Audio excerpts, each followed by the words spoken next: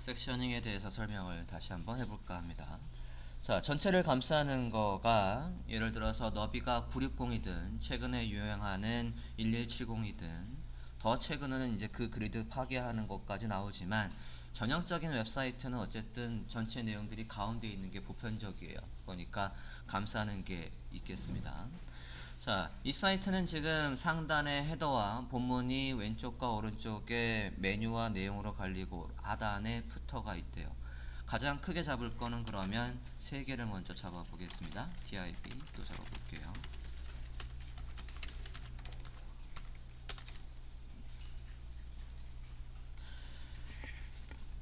전체를 감싸는 div 요소가 있어야 가운데로 우리가 나중에 css에서 정리를 할 수가 있겠고, 그 다음에 위에 메뉴들 묶어줄 div 태그, 본문을 잡아줄 div 태그, 푸터를 잡아줄 div 태그를 만들어 줬어요.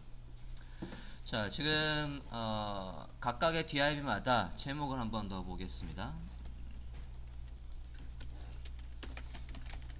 h1 해서 얘를 헤더라고 해봅시다.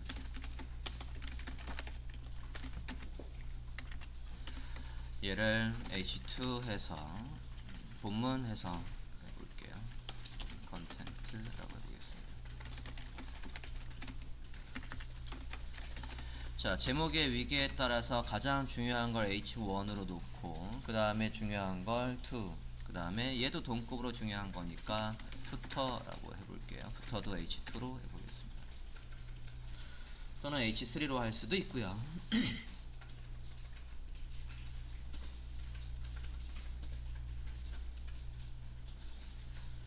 됐습니까? 자, 전체를 감싸는 거, 그 다음에 위에 헤더, 본문, 푸터 이렇게 해주었어요. 자, 지금 내용들을 묶어줄 때 섹셔닝 태그로 해서 디비전 태그를 사용을 했습니다. 자, 디비전 태그를 이렇게 여러 개 썼는데 우리가 나중에 얘한테다가 너는 너비가 몇이야 가운데 있어, 너는 너비가 몇이고 배경은 있으면 배경을 지정해주고 넌 위에 있어, 너도 얘와 얘 사이의 간격은 몇이야 간격을 떨굴 거야 라고 나중에 CSS에서 얘들한테 일을 시키려면 얘들을 불러올 수가 있어야 돼요. 얘들을 구분하는 방법이 필요합니다. 자, 근데 지금 구분할 방법이 안 돼 있어요. 만약에 CSS에서 div라고 하면 얘를 불렀는지 다 똑같이 스타일에 적용되고 말 겁니다.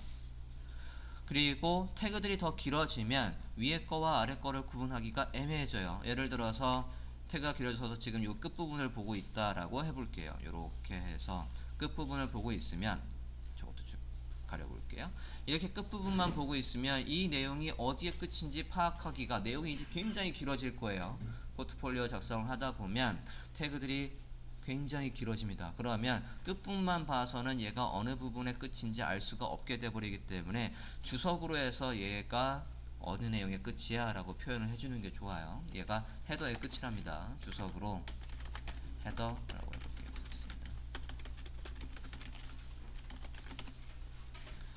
같은 방법으로 본문도 주석을 달지요. 같은 방법으로 푸터도 주석을 이렇게 답니다. 얘는 컨텐츠의 끝이야, 얘는 푸터의 끝이야 라고 해서 이렇게 주석을 달아 주십니다. 자, 제가 지금 주석을 단 모양을 보면 주석은 HTML 주석은 어쨌든 이렇게 해서 안에 내용을 쓴다라고 했는데 제가 슬래시 2개를 썼거든요. 슬래시 2개는 보통 끝부분에서 얘가 이 내용의 끝이야 라고 할 때 보통 이렇게 씁니다. 자, 제가 보통 이렇게 쓴다라는 건 저렇게 쓰라는 법은 없지만 저렇게 쓰는 게 관례가 됐다는 얘기예요. 관례는 컨벤션이라고 했지 않습니까? 그래서 예를 들어 다음에 컨벤션을 다시 한번 가볼게요. 다음에 컨벤션 구글 해서 사이트를 한번 들어가 보죠.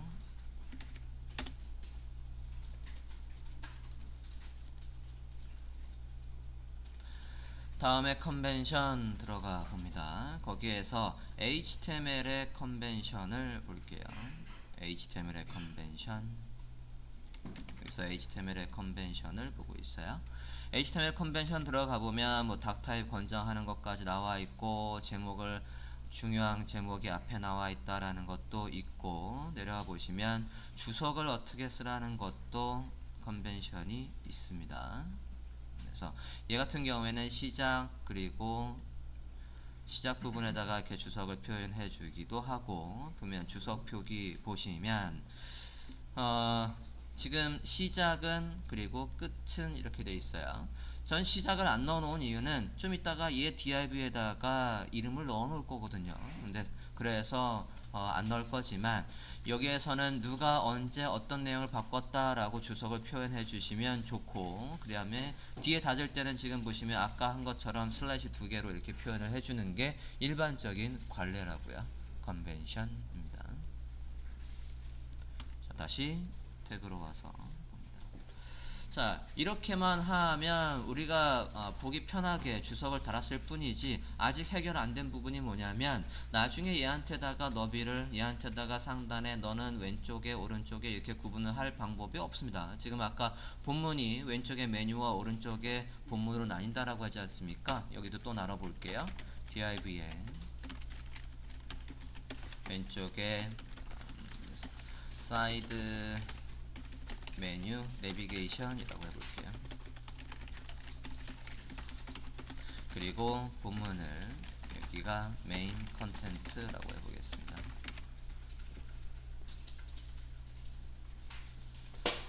자, 지금 작성하는 건 div 태그를 이용해서 우리가 내용을 작성을 해주고 있어요. 섹셔닝을 하고 있습니다.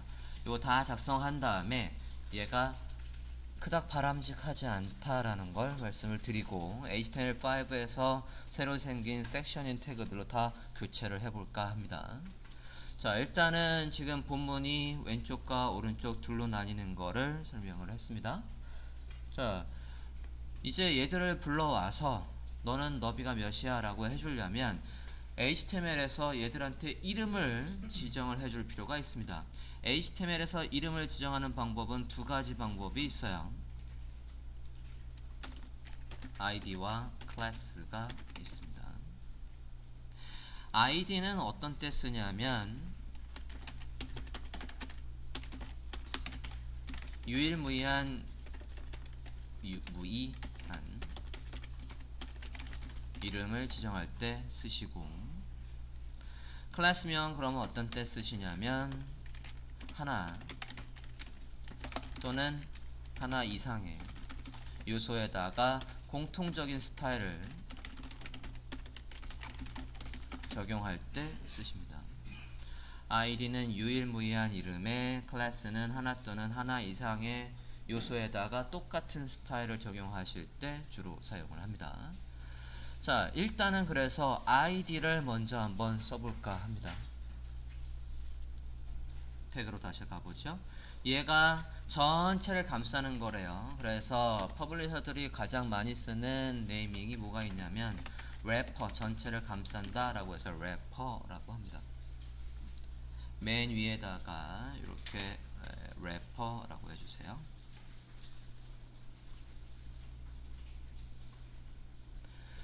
자, 전체를 감싼다 라고 해서 id로 래퍼라고 해줬고요.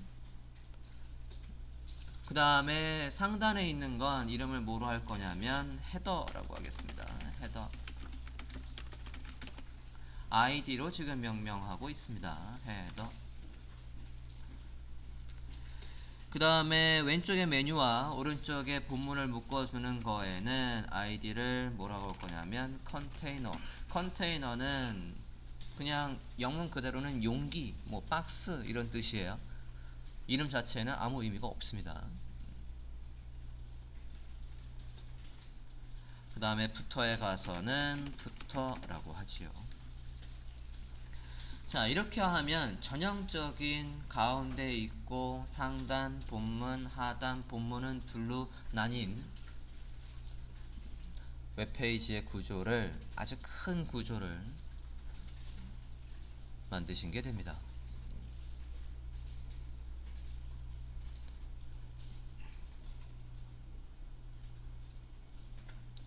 자, 래퍼, 헤더, 컨테이너, 부터 이렇게 해서 이름을 지정을 해줬습니다. 자, 저장하고 브라우저에서 지금 어떻게 나오는지 한번 확인을 해보겠습니다. 저장하고 노트패드에서 지금 실행, 런칭, 크롬 해서 크롬 브라우저에서 확인을 해봅니다. 자, 그러면 타이틀 H1, 2 하고 이렇게 나와 있어요.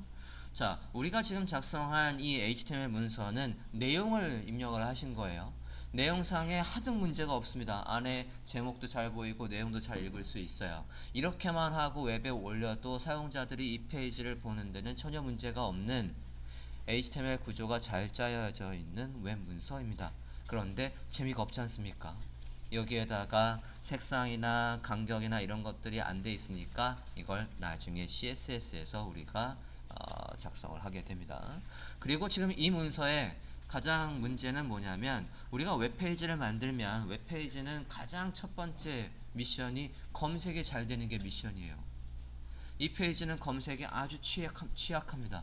왜 취약하냐면 우리가 아까 여기에 헤더에 컨테이너에 푸터라고 이름을 해서 브라우저에서 봤을 때 여기가 헤더구나, 이 부분이 헤더구나, 얘가 컨텐트구나, 얘가 푸터라는 걸 우리는 아까 주석으로 또는 아이디로 명령한 걸 보고 이해할 수 있지만 누가 이해를 못하냐면 브라우저 자체에서도 어디가 헤더고 본문이고 푸터인지 모르고, 그리고 검색 엔진의 로봇들이 우리 사이트를 수집을 할 갈 때 이 사이트에서는 그냥 이런 게 있어 라고 수집을 해가지 그 사이트에서 본문에는 뭐가 있고 헤더에는 뭐가 있고 푸터에는 뭐가 있다고 해서 정교하게 인덱싱을 해서 수집을 하지 않는다고요. 그러면 검색 엔진에서도 우리 사이트에 어디가 헤더고 푸터고 인지 정확하게 섹셔닝을 해주려면 HTML5에서 새로 생긴 태그들로 모두 교체를 해보도록 하겠습니다. 다른 이름 한번 저장을 해볼게요. div 섹셔닝과 우리가 지금 작성할 HTML5와 비교를 할 거니까 다른 이름으로 저장, div의 HTML5의 섹셔닝이라고 해볼게요. 자, 다른 이름으로 저장해서 HTML5의 섹셔닝이라고 했습니다. 이제 이름을 모두 교체를 해보도록 하겠습니다.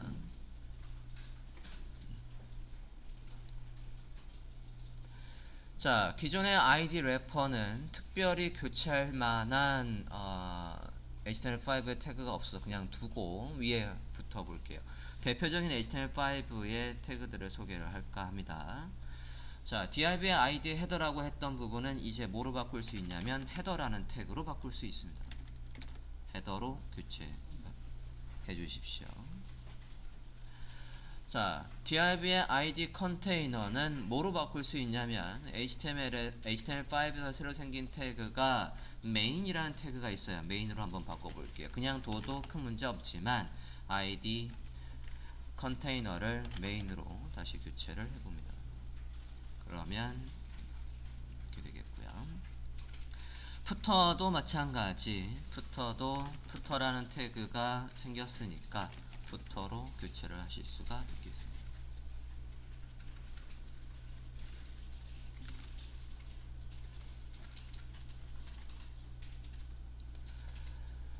자, 여기까지 됐으면 메인 안에 들어가 볼게요. 메인 안에 이 div 지금 사이트 내비게이션이라고 했던 부분은 사이트가 지금 우리가 전체를 래퍼로 했고 위에 헤더 있고 본문 있고 그 다음에 푸터 이렇게 있는 상태에서 왼쪽에 메뉴 영역을 지금 사이드 내비게이션, 오른쪽에 본문이라고 했다고요.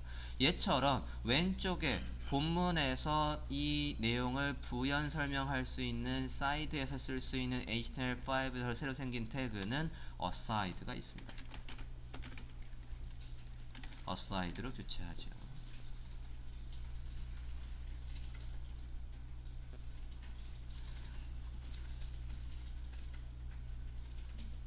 aside는 무조건 왼쪽 오른쪽이 아니라 보통 왼쪽과 오른쪽에 가장 많이 사용하지만 내용의 위 아래에 있는 경우에도 사용하는 경우가 있습니다. 어쨌든 본문 외에 본문을 부연 설명해주는 주로 메뉴 영역에 많이 사용을 합니다. 워드프레스 같은 경우에는 왼쪽과 오른쪽의 위젯 부분에 많이 사용하는 태그이기도 합니다. 그 다음에 밑에 메인 컨텐트 볼게요. 메인 컨텐트는 지금 제 컨셉이 뭐냐면 아까 사이트에서 이렇게 되어 있을 때 본문이 이렇게 있고 부터가 이렇게 있을 때 왼쪽에 aside 있고 본문은 이렇게 한 통 안에서 하나의 내용의 큰 절이 있고 그 안에 기사들이 이렇게 나온다라는 컨셉으로 생각을 해볼게요. 그러면 제가 지금 그린 이 부분의 요 파란색 영역은 내용의 한 단위 절해서 섹션이라는 태그를 쓸 거고요. 그 섹션 안에 하나하나의 기사, 이 독립적인 기사는 태그를 뭘 쓸 거냐면 아티클을 써볼까 합니다. 해볼게요. 섹션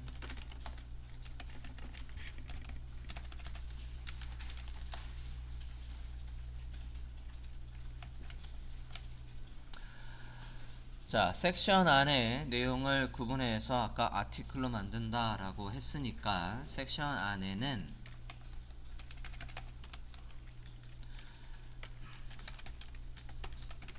제목을 반드시 넣어 주셔야 됩니다.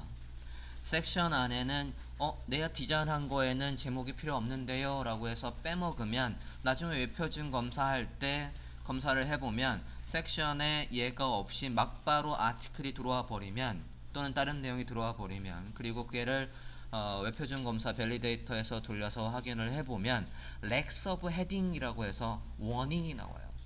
틀린 건 아닌데 경고가 나온다고요. 틀린 건 에러라고 나오고 좀 이따 한번 확인을 해봅시다. 자, 그 다음에 내용의 한 단위 절에서 쓸 수 있는 건 아티클이라는 태그가 있었지요.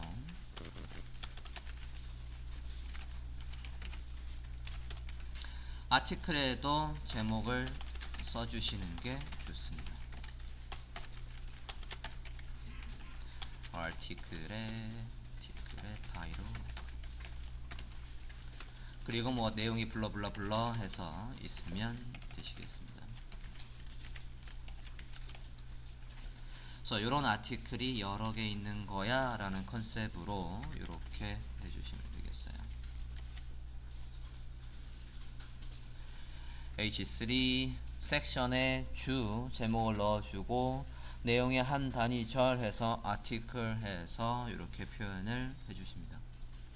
이러면 우리가 아까 div로 그냥 해놨던 사이트보다 훨씬 더 HTML 구조가 잘 짜여있는 사이트고 그리고 검색 엔진에 최적화되어 있는 사이트이기도 합니다.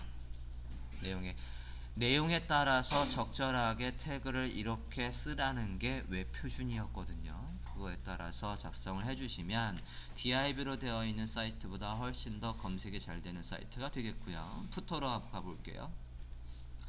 자, 푸터에서는 보통 뭐가 있습니까? 카피라이트 있고 이 사이트의 주소, 연락처, 개인정보 책임자는 누구야, 이런 것들이 있지 않습니까? 그런 것들은 그냥 일반적으로 p 태그로 묶어서 쓸 수도 있지만 p 태그에다가 카피라이트 있고 이렇게 카피라이트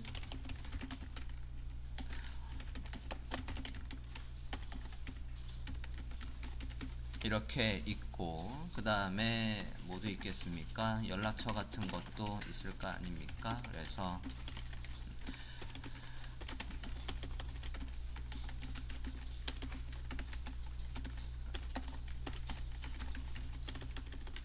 담당자의 연락처가 있다라고 하면 이런 식으로 연락처를 넣고